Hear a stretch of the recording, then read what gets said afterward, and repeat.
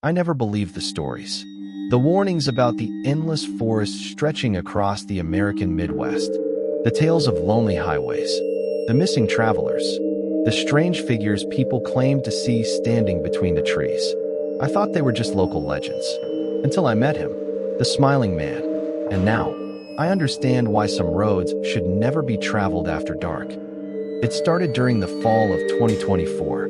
My friend Ethan and I were driving from Illinois to northern Minnesota.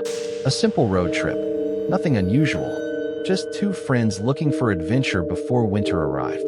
The first 2 days were perfect. Small towns, roadside diners, old gas stations, endless forests painted orange and gold. By the third night, however, things changed.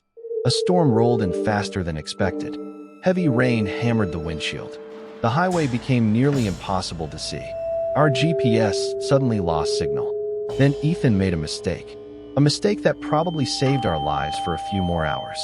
He took a side road. The road wasn't marked on our map. It appeared suddenly between thick walls of pine trees, a narrow stretch of cracked asphalt disappearing into darkness. "We'll reconnect with the highway eventually," Ethan said. I wasn't convinced. The road looked abandoned. No lights, no houses, no signs, nothing, only trees. Miles and miles of trees. The deeper we drove, the stranger everything felt. The rain stopped. The wind vanished. Even the sound of insects disappeared. It was as if the entire forest was holding its breath. Then I saw someone, standing beside the road. A man, motionless, watching us. His clothes looked old. A dark jacket, dark pants, mud-covered boots.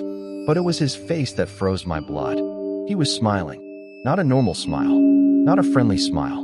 The kind of smile that hurts to look at. Too wide. Too still. Too perfect. As we passed him, his eyes followed our car. Neither blinking, nor moving. Just watching. Smiling. I turned around in my seat. He remained standing there, growing smaller in the distance. Still smiling. "Did you see that?" I asked. Ethan nodded. "Yeah." "What was he doing out here?" "No idea." We laughed nervously, tried to ignore it, tried to convince ourselves it was normal. But 20 minutes later, we saw him again, standing beside the road. The same man, the same clothes, the same impossible smile. My stomach dropped. There was no way he could have gotten ahead of us. No side roads, no vehicles, nothing. Yet there he stood, waiting, watching, smiling. Ethan slammed on the brakes. The tires screeched. The man didn't react, didn't move, didn't blink, just stared at us. Then Ethan accelerated, and we drove away as fast as possible. The storm returned. Rain exploded against the windshield. Visibility dropped to almost zero. I kept checking behind us. The road remained empty. No headlights, no cars, no people. I started calming down. Maybe there were two different men. Maybe we imagined it. Maybe. A sudden thud hit the roof. Both of us screamed. Something had landed on the car. Heavy, moving, crawling. The sound traveled slowly across the roof. Scratch, scratch, scratch, like fingernails dragging over metal. Ethan swerved violently. The car nearly entered a ditch. The scratching stopped. We looked upward. Nothing. Then something appeared outside my window. A face. His face. The smiling man was running beside the car, keeping pace, matching our speed. 40 miles per hour. Then 50. Then 60. Still beside us. Still smiling. Rain poured down his skin. His eyes remained locked on mine. The impossible grin never moved. Never changed. Never weakened. I screamed. Ethan hit the gas. The engine roared.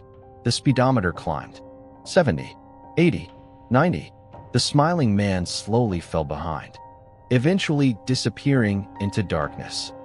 Neither of us spoke for nearly 15 minutes. My hands shook uncontrollably. I kept staring into the side mirror, expecting him to return, expecting that grin to emerge from the rain. Then we saw lights. A gas station. The station looked ancient. One pump, one flickering sign, one small building, nothing else. The nearest town was supposedly 20 miles away. An old man sat behind the counter. When we rushed inside, he immediately noticed our panic. "You boys see somebody out there?" he asked. Ethan and I exchanged looks.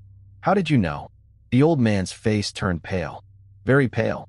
Then he locked the front door. "What did he look like?" he asked. "A man smiling." The old man closed his eyes. "Like someone hearing bad news. You shouldn't be on that road." "What road?" "The old logging route." I felt cold. The temperature inside the station suddenly seemed to drop. The old man continued. "People have reported seeing him for years." "Who?" "The smiling man." I laughed nervously. The old man didn't. Not even a little. "Travelers disappear out there." "Missing persons?" He nodded. "Cars found abandoned." My mouth went dry. "No bodies." The room became silent. Then the old man whispered something I still remember perfectly. "He likes when people notice him." That sentence haunted me, because we had noticed him more than once. And now he knew. The old man offered us a back room to stay overnight.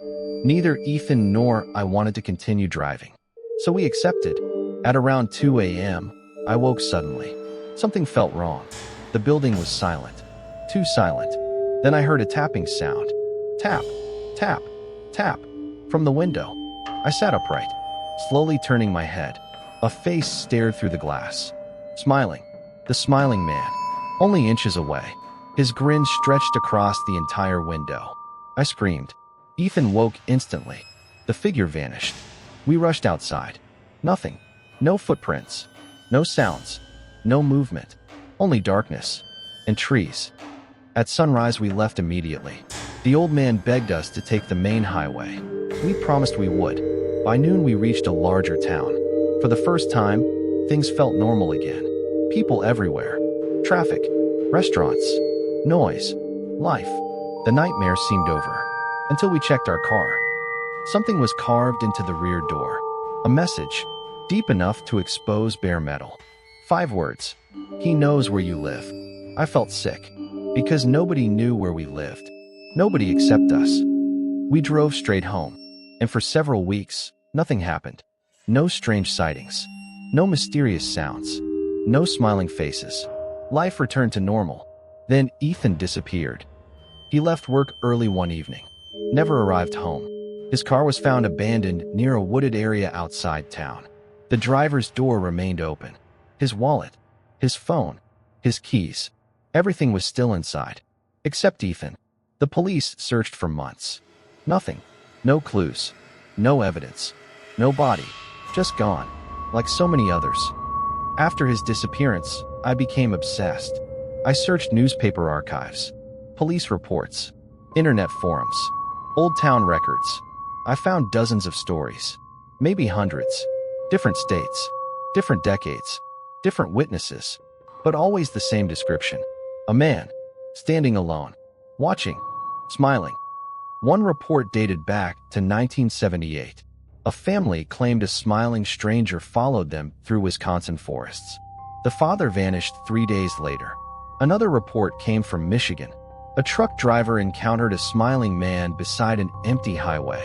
The driver disappeared 2 weeks afterward. The pattern repeated again and again. The smiling man appeared first. Then someone vanished. Always. Without exception. Years passed. I tried to move on. Tried to forget. But every now and then, I would catch a glimpse of someone smiling in a crowd. Too long. Too wide. Too still. And my heart would stop. For a moment. Every time. Last month, I finally returned to the Midwest woods. I needed answers. I needed closure. I needed to know what happened to Ethan. So I drove back to the old logging road. Alone. The road looked exactly the same. Endless trees. Endless silence. Endless darkness. I parked the car. Waited. Hours passed. Nothing happened. Then the sun disappeared. And the forest became black. Completely black. That's when I heard footsteps. Slow. Steady. Approaching from the trees. Crunch. Crunch. Crunch. I shined my flashlight toward the sound. The beam revealed a figure. Standing between the pines. Watching me. Smiling. The same face. Not older. Not younger. Exactly the same. As if 20 years had never passed. The smile widened. Far wider than any human face should allow. Then he spoke for the first time. Only 4 words. 4 words that still echo in my nightmares. You're finally back." I ran. I didn't ask questions. I didn't wait. I sprinted toward my car. The footsteps followed, getting closer, faster, closer, faster. I jumped inside, locked the doors, started the engine. Then I looked into the rearview mirror. The back seat wasn't empty. Someone was sitting there, smiling. And that's why I'm writing this now. Because the car crashed shortly afterward. The police never found anyone else inside. They say I suffered a concussion. They say trauma affected my memory. They say the smiling man isn't real. But every night at exactly 3:13 a.m., I wake up and see him standing outside my bedroom window, watching, waiting, smiling. And each night, he stands a little closer than before. If you're ever driving through the deep woods of the American Midwest, and you notice a man standing beside the road with an impossibly wide smile, don't stop, don't wave, don't look back, because once he knows you've seen him, he never stops watching.